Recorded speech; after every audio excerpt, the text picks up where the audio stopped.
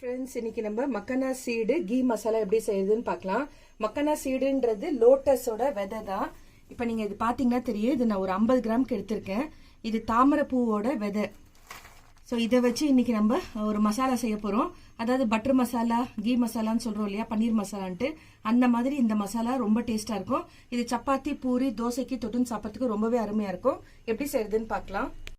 50 கிராமுக்கு நான் இந்த சீடு எடுத்திருக்கேன். இதுக்கு தேவையான மசாலா 2 தக்காளி கட் பண்ணி வச்சிருக்கேன். ஏன்னா இதெல்லாம் நம்ம வதக்க போறோம். அதே மாதிரி 2 வெங்காயம் கட் பண்ணி வச்சிருக்கேன். இது இதெல்லாம் நம்ம அரைக்க போறோம் வதக்கிட்டு. இது திரும்ப ஒரு வெங்காயம் நீல வாக்குல கட் பண்ணி வச்சிருக்கேன். அதே மாதிரி ஒரு தக்காளி சின்னதா கட் பண்ணி வச்சிருக்கேன். கார்னிஷ்க்கு கொஞ்சம் கொத்தமல்லி, இஞ்சி பூண்டு பேஸ்ட் ஒரு ஸ்பூன் எடுத்திருக்கேன். இது பிளைன் சில்லி பவுடர் காரத்துக்கு 1.5 ஸ்பூன் எடுத்திருக்கேன். 1 ஸ்பூனுக்கு உப்பு, 1/4 ஸ்பூனுக்கு மஞ்சத்தூள், 1 ஸ்பூனுக்கு கரம் மசாலா. அதே மாதிரி இதுவும் நம்ம வதக்கிட்டு அரைக்க போறோம். 1 ஸ்பூனுக்கு சீரகம், 1 ஸ்பூனு சோம்பு, ஒரு சின்ன துண்டு பட்டை, 4 லவங்கம், 4 ஏலக்காய்.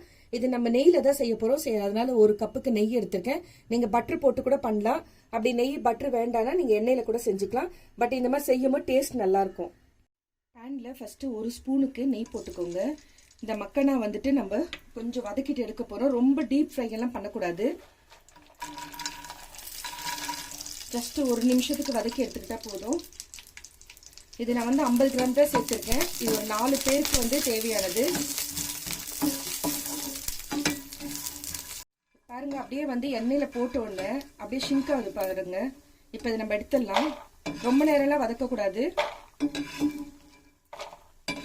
இது ஹெல்த்துக்கு அவ்வளோ நல்லது. சுகர் பேஷண்ட் எல்லாம் இந்த மாதிரி மசாலா செஞ்சு சாப்பிடலாம். இது அப்படியே கூட சாப்பிடலாம், டேஸ்ட் நல்லா இருக்கும். இந்த மாதிரி மசாலா கிரேவி சப்பாத்தி பூரிக்கு தொட்டுன்னு சாப்பிடும் போது நல்லா இருக்கும் டேஸ்ட். இப்போ இதுல இன்னொரு ஸ்பூனு நம்ம நெய் சேர்த்துக்கலாம். இப்போ இந்த சோம்பு, சீரகம், பட்டை, லவங்கம், ஏலக்காய் அதை சேர்த்துடலாம்.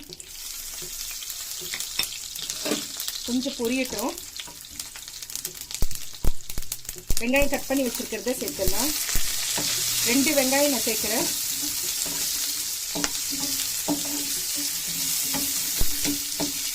அதோட கட் பண்ணி வச்சிருக்கேன் 2 தக்காளியும் சேர்த்துடலாம். நல்லா வதங்கிடுச்சு.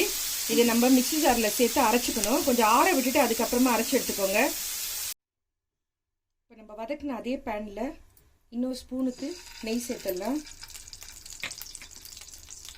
நம்ம மெலிசா கட் பண்ணி வச்சிருக்கேன் வெங்காயத்தை சேர்த்துட்டு வதக்கணும்.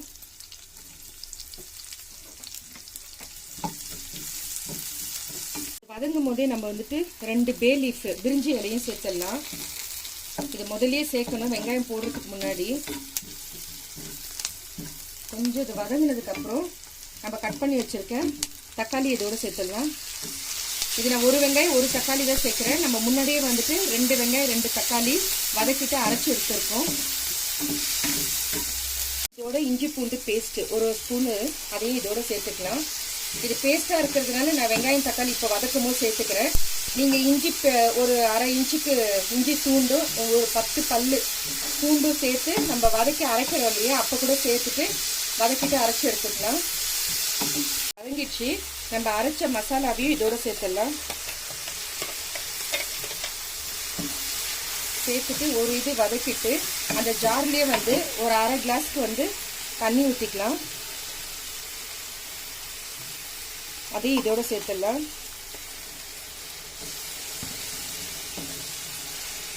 இது கொஞ்சம் கொதிக்க ஆரம்பிக்கட்டும். இப்போ இது கூடயே இந்த மசாலாலாம் சேர்த்துக்கலாம். பிளைன் சில்லி பவுடர், உப்பு, மஞ்சத்தூள், கரம் மசாலா. நீங்க காரத்துக்கு தகுந்த மாதிரி சேர்த்துக்கோங்க. நான் 1.5 ஸ்பூனுக்கு போட்டிருக்கேன்.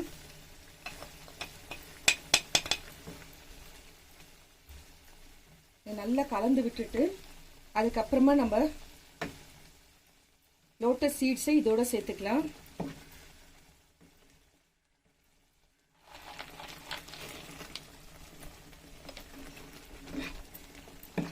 சேர்த்து கலந்து விட்டுட்டு ஒரு 5 நிமிஷத்துக்கு அப்படியே ஒரு லிட்டு போட்டு மூடி விட்டுருங்க. ஃப்ளேம் கொஞ்சம் கம்மி பண்ணிக்கோங்க. நம்ம ஸ்டவ் ஆஃப் பண்ணிடலாம். இது ரொம்ப நேரம்லாம் குக் பண்ண விடக்கூடாது.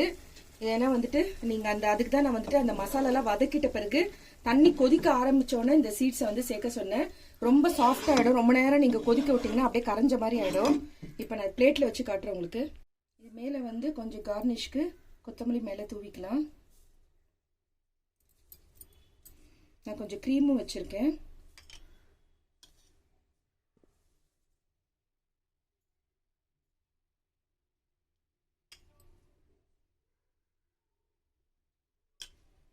அவ்வளோதான், நம்மளுடைய மக்கானா மசாலா ரெடி ஆகிடுச்சு.